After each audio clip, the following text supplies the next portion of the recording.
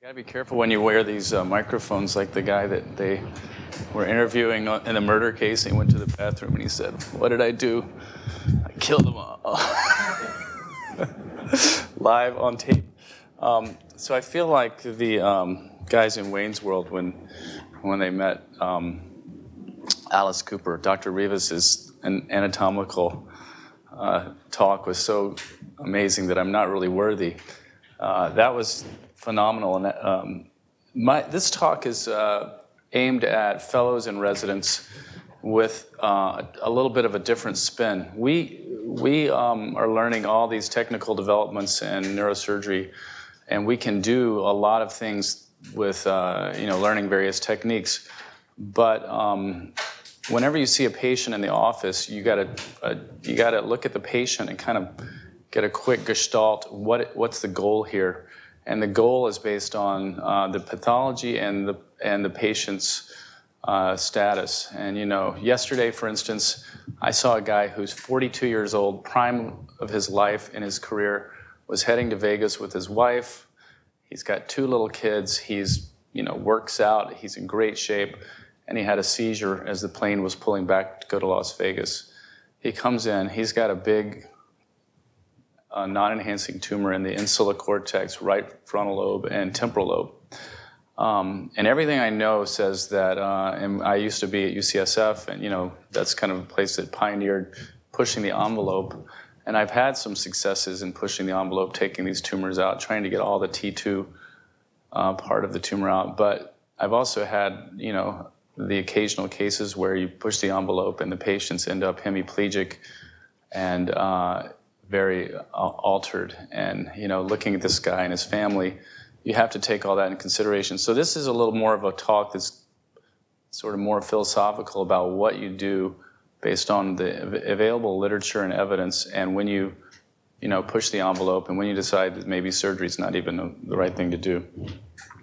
So, and that's basically the first slide. What's the expected pathology? What do we know about why to do surgery based on evidence? And I'm going to kind of briefly go through a bunch of different tumor types. So when I see a patient with a glioma, you should all have this slide in your mind. This is the latest sort of meta-analysis data for, is this thing, the pointer? Oops. Laser. Which one's the laser? Anyway, basically, if you've got a grade 2 astrocytoma, thank you, and it's in the right frontal lobe and there's no enhancement, we now know that if you get a complete resection of the T2 portion of the tumor, 100% resection, the median survival will be dramatically different than if you have biopsy. So these are patients that got biopsy. These are usually in eloquent cortex, so you can't actually resect. So from the get-go, we now know, which I didn't know when I was a resident, that if we can get a complete resection of a T2 signal abnormality in a younger person, that's good. However, here's for GBM. That's complete resection. That's less than 50%. If you're pushing the envelope in an 80-year-old who's got a GBM right on the motor cortex and you make them hemiplegic, have you done anybody any good? So in low-grade gliomas, I would stress that we do think you want to push the envelope. And how do you do that? Well, I'm just going to briefly go over this because I'm supposed to talk for 20 minutes, but we have a lot of tools at our disposal now. And sometimes you'll see a low-grade dominant hemisphere tumor and you'll think there's no way that this can come out. But with functional MRI, typically now we can get motor and motor and language mapping preoperatively. And a lot of these gemistacytic type low-grade gliomas have really sort of gelatinous tissue, and they just shove everything away, and they're almost like a meningioma or something. So in those kind of cases, if you find that the tongue area and the Broca's area have been shoved away from the tumor, you can go for it. However, in this case, Broca's area was up here, part of the tumor, and so you probably would do awake speech mapping in that case. So we, typically the tools we have at our disposal are awake mapping, awake motor mapping, or a sleep motor mapping to try to push the envelope with resection. And here's just an example of a tumor that you would typically do perhaps with awake speech mapping if it was a right-handed person. And with a tumor near Broca's area, we'd wake them up, try to map the Broca's region, and then push the envelope and try in terms of getting as much tumor we could while we're talking to the patient. Another case where a large tumor that looks possibly unresectable, if functional MRI shows that Broca's area has been shoved down, that the motor speech areas, mouth areas actually shoved back, and probably a lot of that tumor could be resected. So I won't belabor that point. Pretty much standard these days is interoperative navigation, and we use this quite often, almost for all of our tumor cases now. But probably for most of the cases we get started with the case, we use the navigation to kind of make the incision and get going, and then after that, you have to really take it with a grain of salt. Like I just did a case with amatose, I guess, a couple of days ago, and as soon as we took out a huge part of this GBM, the whole, occipital lobe just collapsed down around the cavity in the tumor after we'd taken out a big tumor. So of course you have to know where you are, and knowing your anatomy and knowing what to expect, regardless of the navigation, is important. But for fixed structures, like a lot of the tumors we take have uncal herniation and they're up against the brainstem, and you really want to know where you are when you're getting right into those areas. So I don't use tractography as much as some people, but I think it's another helpful accessory to doing these cases.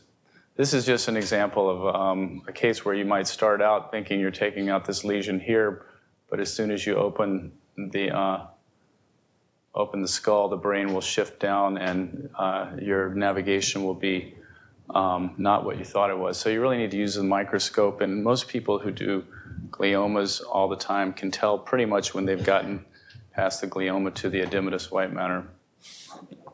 So the predominant case that I do is a GBM, malignant glioma. And like I mentioned, you have to look at the patient, you have to look at their family and sort of their status and what is to be gained by being aggressive. And if it's in a non-eloquent area and you feel like you can get it all out, then I think you should.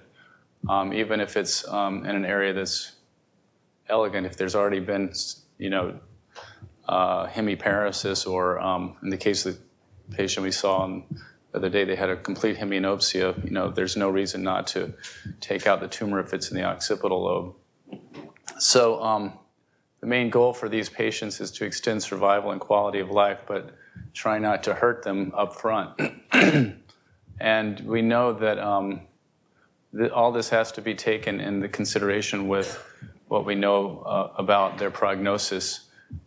Obviously an 80-year-old patient, you might be less aggressive than a young patient who is prone to have a much longer median survival. And conversely, in the young patient, you don't want to give them a hemiparesis or make them vegetative if you are being aggressive, because they may be prone to living 2 or 3 years even with a glioblastoma. And then, this has all been altered a little bit by our concept of which tumors respond. A big factor in that is the MGMT methylation status of the tumor, which if it is methylated, portends about a double in survival, maybe 50% increase in survival for GBM.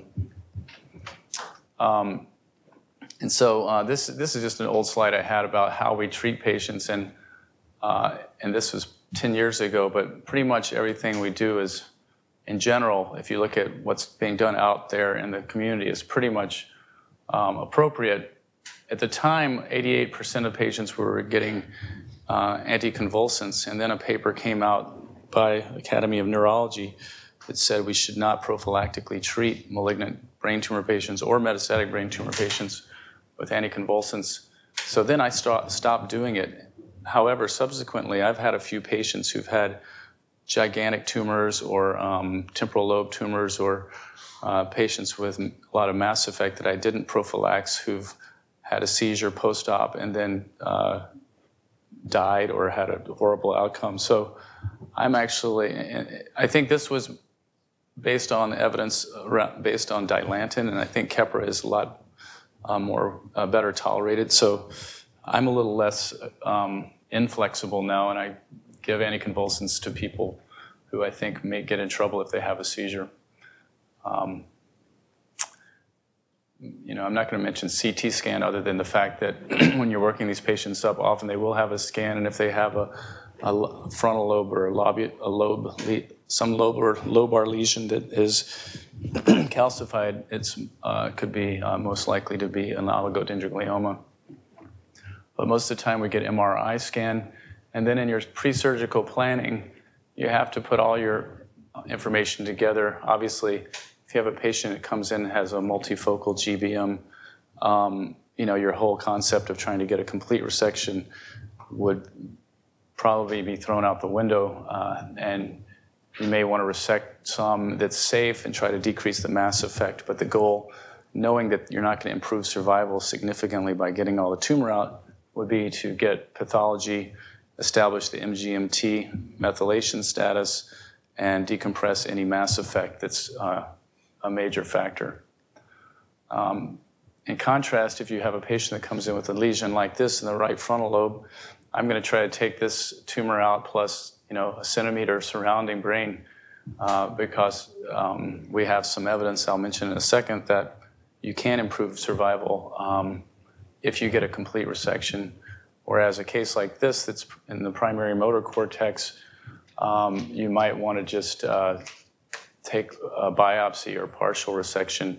I don't even know if it makes sense to do motor mapping in these kind of cases, but that's sort of debatable. I'm not going to really mention these other things because they're helpful sometimes for recurrent tumors. A lot of the work we do here involves the tumor blood volumes, which are another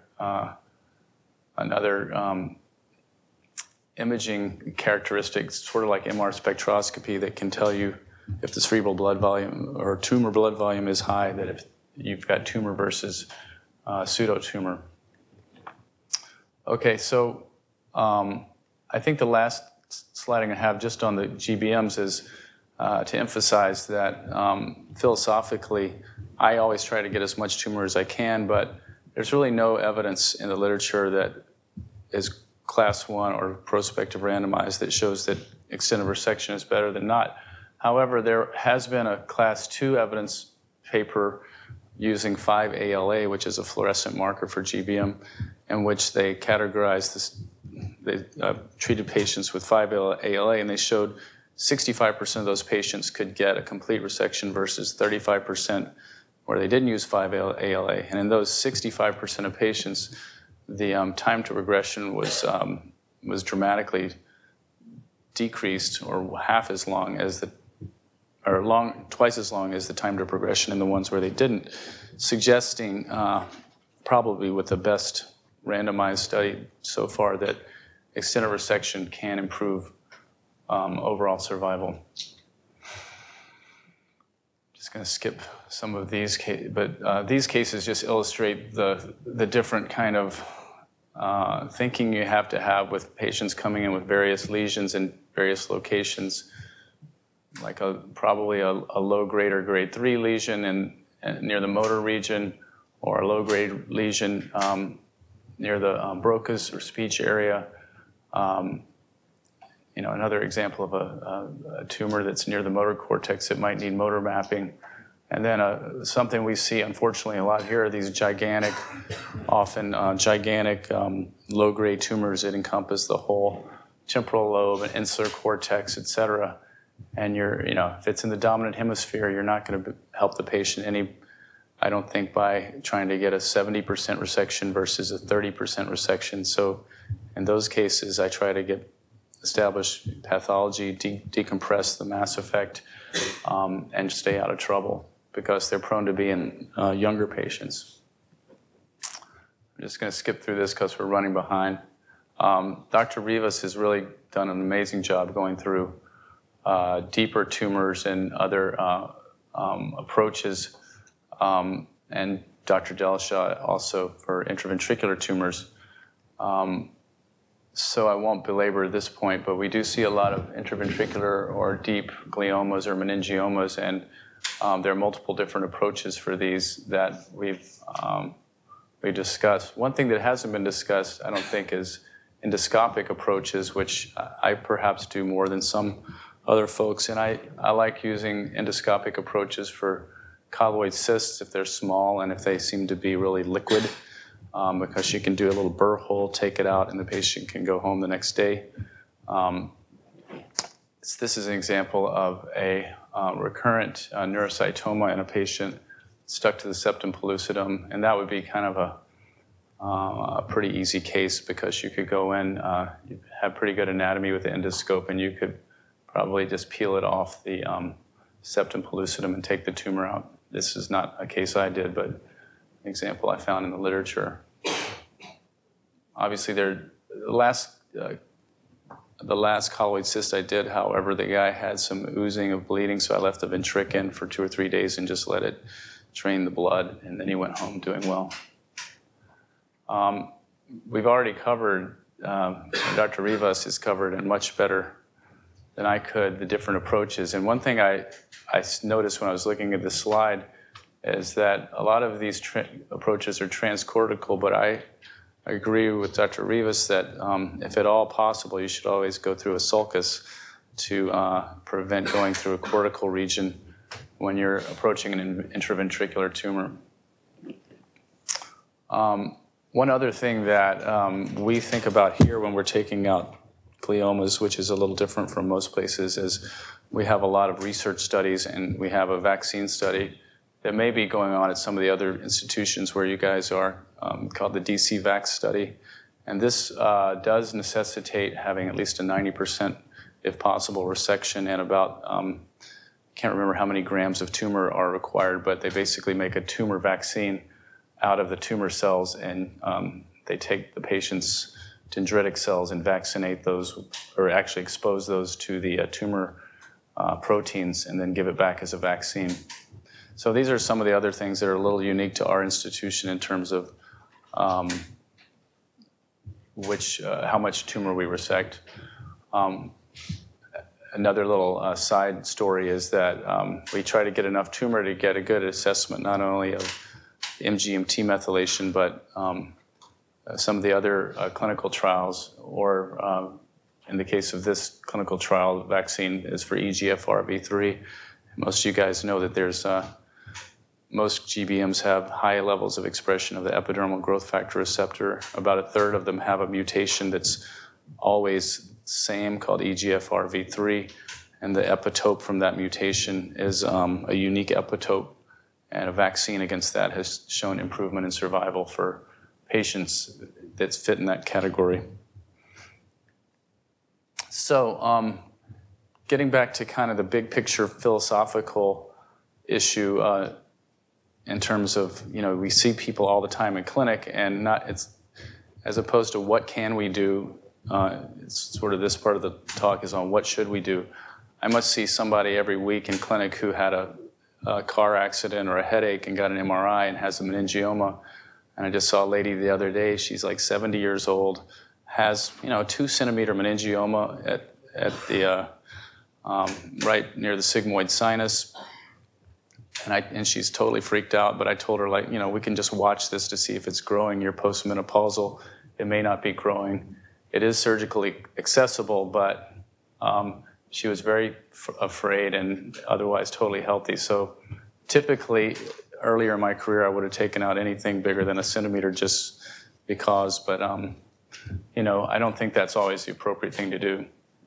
One thing I'm really would like to emphasize in terms of meningiomas is if there is important venous anatomy around them, that can be one of the biggest problems of the surgery. So you can take out the tumor, but if you get involved in veins, especially in the posterior sagittal sinus region, you can have a disaster. So that's all I'm going to say about meningiomas. In terms of pituitary tumors, it's kind of a similar thing. Often we'll see cases where a patient may be found to have an incidental small pituitary tumor. Typically, I will watch those, but if there's any visual or endocrine problems, obviously they need a complete workup, visual field and endocrine evaluation, and then surgery. Typically, I do a transnasal, transsphenoidal approach. And then the last thing I'll talk about for a minute or two is a whole kind of area of neurosurgery that's often neglected, which is metastatic brain tumors. And you have to have a little different philosophy because these patients will often have rampant systemic disease or maybe completely stable systemic disease. So you have to know what's going on with the patient in terms of their systemic disease. The neurosurgical, quote, treatment may have nothing to do with their overall survival, and you have to take that in consideration. So it really boils down to a quality of life issue. In the past, radiation, whole brain radiation, was a knee-jerk reflex for a lot of these patients, plus or minus surgery, and there's evidence that, class 1 evidence that surgery plus whole brain is better for 1 or 2 or 3 Mets than not.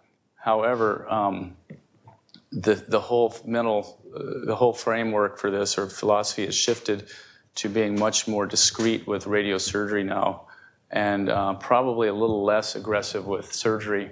So I'm just going to go through 3 brief cases to illustrate the different approaches. So first case is a 45-year-old lady who's got stable disease.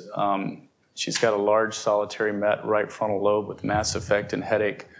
So my assessment of this patient would be that this is a perfect surgical case, and I would recommend surgery followed by stereotactic radiosurgery to the bed after it has shrunken down a week or 2 after surgery. The next case is a 47-year-old man who's got non-small cell lung cancer. He's got a 3-centimeter left upper lobe lesion. He presents all of a sudden with multiple Mets. No obvious systemic disease, but the MRI shows 4 enhancing lesions. KPS is 90. So here are your options. I think in this case, it makes sense to do stereotactic radiosurgery to the 4 lesions. You know what the primary is, and then to probably consider with or without whole brain. Some people might do stereotactic radiosurgery alone, but in lung cancer, often you're getting peppered with tumor, so it probably would improve survival to do whole brain. And the last case, 46-year-old man with melanoma 2 years prior. He presents with a seizure. He's stable, and he's got 3 discrete lesions. In this case, young, healthy guy with melanoma, I would probably recommend stereotactic radiosurgery alone. It would be reasonable to consider whole brain. But at our institution, for the most part, we're trying to hold off on whole brain for young, healthy people who may have stable systemic disease as long as possible, and limiting surgery pretty much for big solitary or 1 or 2 tumors that have mass effect. All right. Thank you, guys.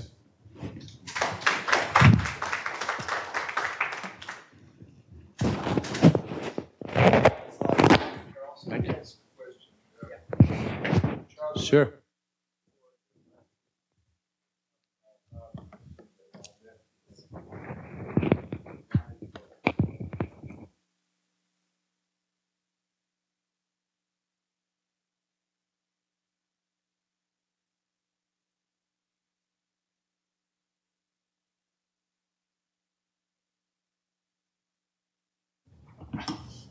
Our left, you have this big series of I'm not wrong with the number, they came from 6.57%, and they almost doubled. You see this more commonly as well? I don't know, since we're a sort of a quaternary referral center, we do see more aggressive meningiomas.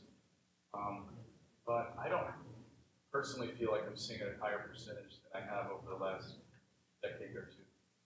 But we do have quite a few patients here, so I'm not sure. I mean, it's a good idea to take a look through our patient population and see. Those are very difficult to treat. Had a young guy die recently from back radiation, stereotactic radiation surgery. Faster. All right, thank you very much.